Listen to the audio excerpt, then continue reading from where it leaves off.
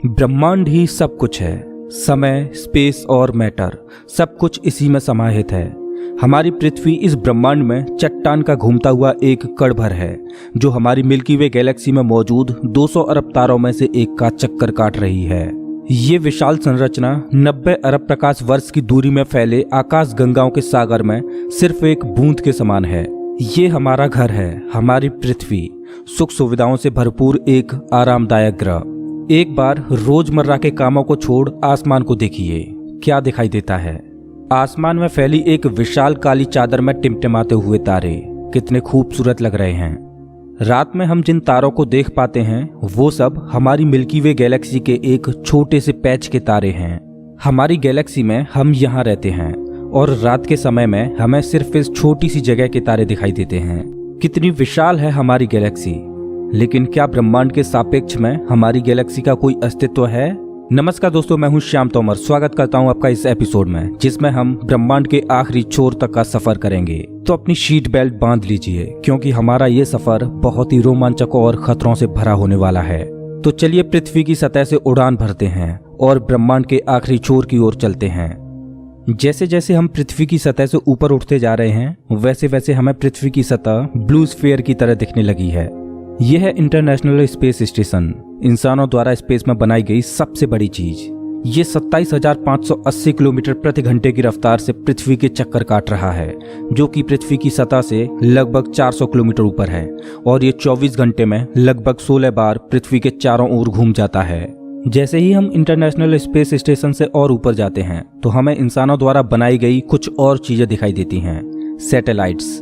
अंतरिक्ष में इंसानों द्वारा भेजी गई हजारों सैटेलाइट्स पृथ्वी का चक्कर काट रही हैं। सैटेलाइट्स का अंतरिक्ष में एक जाल सा बिछा हुआ है। चलिए और ऊपर चलते हैं। इतने ऊपर से पृथ्वी का नजारा तो देखिए, कितना खूबसूरत लग रहा है हमारा ये नीला ग्रह। हम पहुंच चुके हैं चांद के पास।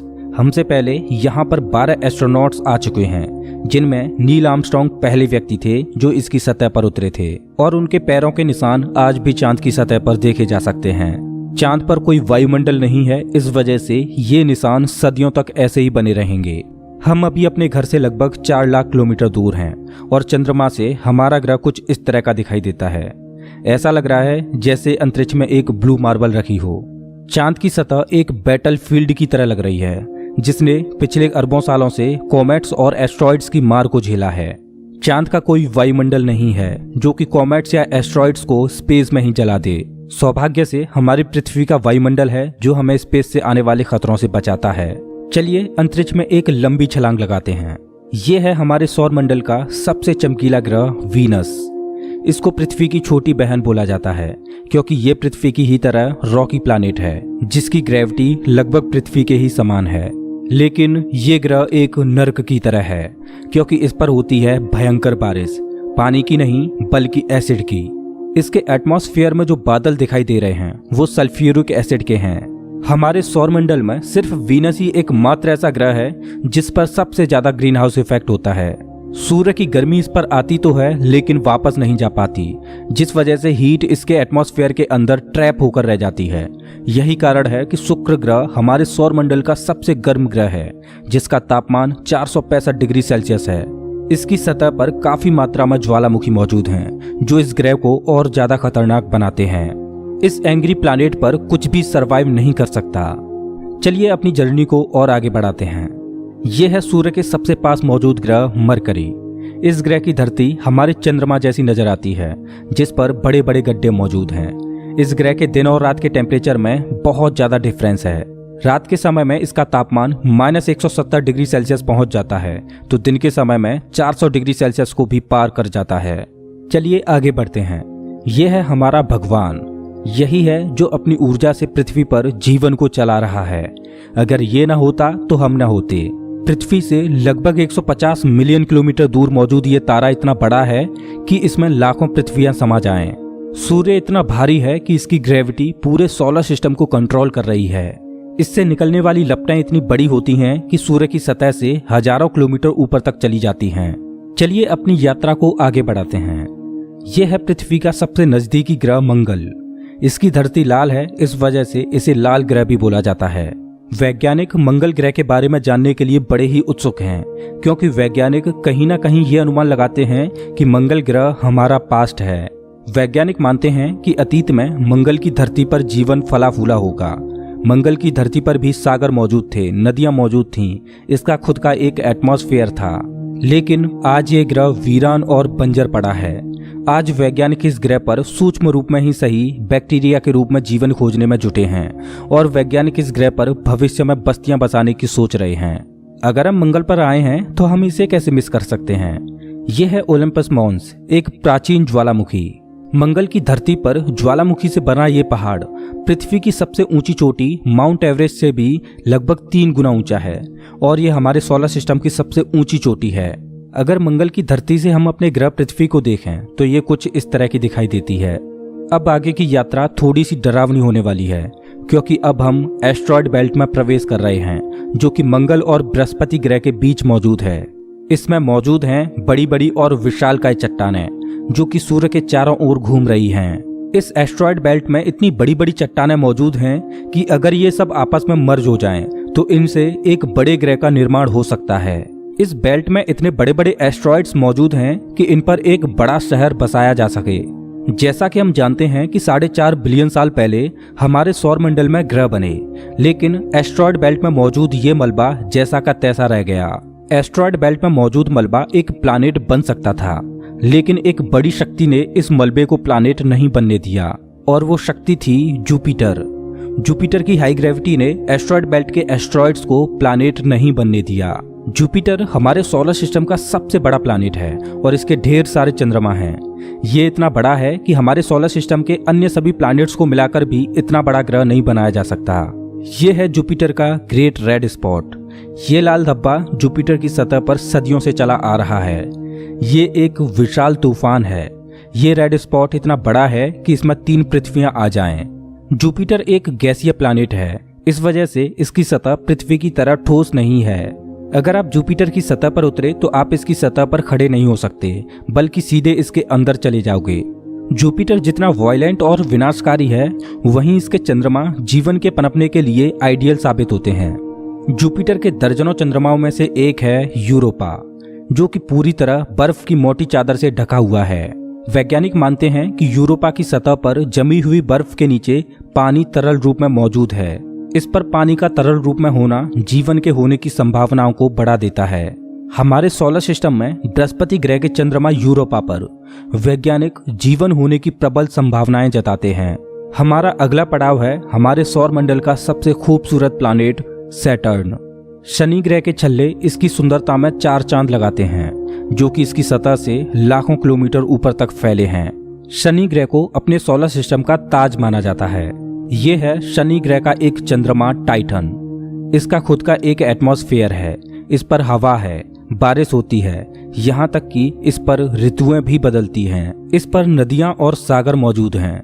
ये चंद्रमा देखने में लगभग पृथ्वी की ही तरह है, लेकिन इस पर जो नदियाँ और सागर हैं वो पानी के नहीं बल्कि लिक्विड नेचुरल गैस के हैं। अगर हम किसी भी तरह इस नेचुरल गैस को पृथ्वी पर ला पाएं तो ये इतनी ज्यादा है कि हजारों सालों तक ये हमारे शहरों को रोशन कर सकती है।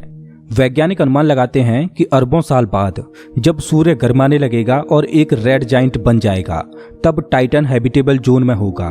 उस समय टाइटन पर पृथ्वी जैसी परिस्थितियां मौजूद होंगी। इस वजह से वैज्ञानिक टाइटन को भविष्य की पृथ्वी मानते हैं। अभी हम अपने घर से इतने दूर आ चुके हैं कि यहाँ से हमारी पृथ्वी एक डॉट की तरह दिखाई देती है।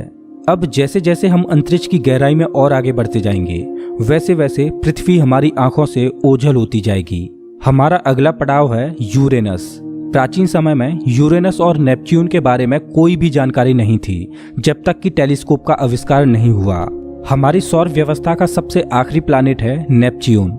हमारा सोलर सिस्टम बहुत बहुत बड़ा है, लेकिन नेपच्यून के बाद भी हमारा सोलर सिस्टम खत्म नहीं हो जाता।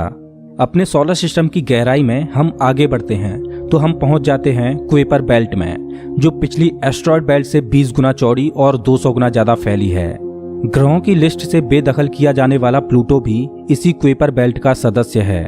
कुइपर बेल्ट में एस्ट्रॉयड बेल्ट से भी ज्यादा बड़े बड़े ऑब्जेक्ट्स मौजूद हैं, जिनकी खुद की ग्रेविटी की वजह से इनके चंद्रमा भी हैं। चलिए कुइपर बेल्ट को पार करके आगे चलते हैं। हमारी पृथ्वी से 13 बिलियन किलोमीटर दूर ये है सूर्य से सबसे दूर मौजूद ऑब्जेक्ट सेडना। ये एक बौना ग्रह है जो एक ऐसा स्पेस ऑब्जेक्ट है जो सबसे दूर सूर्य की परिक्रमा कर रहा है। इसकी खोज 2003 में हुई थी। ये सूर्य की एक परिक्रमा 10,000 सालों में पूरी कर पाता है। चलिए अब अपने सोलर सिस्टम से बाहर का रुख करते हैं। अभी हम इंटरस्टेलर स्पेस में प्रवेश कर चुके हैं। देखिए देखिए, अंतरिक्ष की गहराई में ये क्या ट्रेवल कर रहा है। ओह, ये तो वॉयेजर 1 स्पेसक्राफ्ट है। यही तो इकलौता स्पेसक्राफ्ट है जो कि इंसानों द्वारा बनाई गई सबसे दूर मौजूद चीज है। ये पृथ्वी से अब तक 19 अरब किलोमीटर दूर जा चुका है। इस स्पेसक्राफ्ट ने अंतरिक्ष के काफी सवालों से पर्दा उठाया है। ये बंदूक से निकली बुलेट से भी 20 गुना तेज ट्रेवल कर रहा है। चलिए अपनी यात्रा को और आगे बढ़ाते हैं। अभी हम अपने सोलर सिस्टम की हदों से इतने दूर आ चुके हैं कि यहाँ से हमारा सूर्य एक आम तारे की तरह दिखाई दे रहा है, लेकिन इतनी दूर से भी इसकी ग्रेविटी को महसूस किया जा सकता है, क्योंकि अरबों की संख्या में यहाँ पर कॉमेट्स को देखा जा सकता है जो सूर्य की ग्रेविटी से बंधे हुए हैं। इन कॉमेट्स में इतना ज्यादा पानी है कि अगर ये सब इकट्ठे हो जाएं, तो ये पृथ्वी से भी ज्यादा बड़े और गहरे सागरों को भर दें। वैज्ञानिक मानते हैं कि पृथ्वी पर ज्यादातर पानी कॉमेट्स के द्वारा ही आया है। पेंसपर्मिया थ्योरी के अनुसार पृथ्वी पर जीवन कॉमेट्स के द्वारा ही धरती पर आया। अंतरिक्ष में तैर रही इन छोटी छोटी बर्फीली चट्टानों में जीवन सूक्ष्म रूप में बैक्टीरिया की फॉर्म में मौजूद हो सकता है। कॉमेट्स का एक विशाल बादल हमारे सौर मंडल को घेरे हुए है, जिसे ऑर्ट क्लाउड बोला जाता है। ऐसा माना जाता है कि ये ऑर्ट क्लाउड हमारे सौर मंडल की ग्रेविटी की आखिरी सीमाओं पर है। इसके बाद सूरज की ग्रेविटी कमजोर पड़ने लगती है, जिस वजह से इसके बाद सूरज का खिंचाव बहुत कम रह जाता है। अब यहाँ से आगे की यात्रा एक अननोन और रहस्यमयी स्पेस में होगी, जहाँ घुप अंधेरा है। यहाँ इतना अंधेरा है कि हम अपनी आंखों से भी कुछ भी नहीं देख पाएंगे। यहाँ देखने के लिए हमें इंफ्रारेड विजन की जरूरत पड़ेगी। हम अपनी पृथ्वी से बहुत बहुत बहुत दूर आ चुके हैं, लेकिन ब्रह्मांड के सापेक्ष में ये हमारा एक मामूली सा स्टेप है। यहाँ से हमें चारों ओर अरबों तारे दिखाई दे रहे हैं, लेकिन अभी हम सबसे नजदीकी तारामंडल की ओर बढ़ रहे हैं। ये है हमारा पड़ोसी सोलर सिस्टम। ये हमसे इतना दूर है कि हमारे सूर्य के प्रकाश को इस तारामंडल तक पहुंचने में 4.3 सालों का वक्त लगता है। इस तारामंडल का नाम है अल्फा सेंटोरी। इस तारामंडल में 3 तारों का समूह है, जिनमें अल्फा सेंटोरी ए और अल्फा सेंटोरी बी तारे आपस में बाइनरी स्टार सिस्टम के तहत जुड़े हुए हैं।